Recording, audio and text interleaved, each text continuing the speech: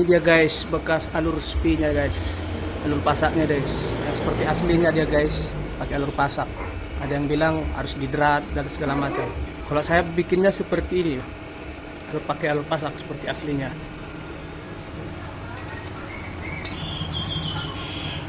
Hai guys, ini untuk menjawab komentar yang katanya hanya konten, harus hati-hati kalau panas remnya bisa mutar.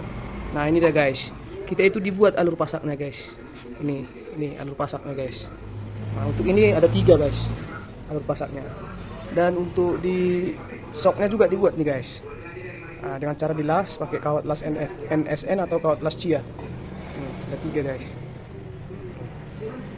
Oke guys. Dan nanti dipaskan guys ke lubang yang ada di tromol, dia dipaskan guys. Nah, ini guys. Terlihat kan? Nah, ini ke sini, yang ini sini, dan yang ini ke sini. Nah, setelah itu dilem besi, dilem dexton, baru dipres ke dalam. Oke guys, mari kita press. Ya guys, sudah dimasukin lemnya, lem besi. Di dalam juga sudah hitam semua, baru kita press.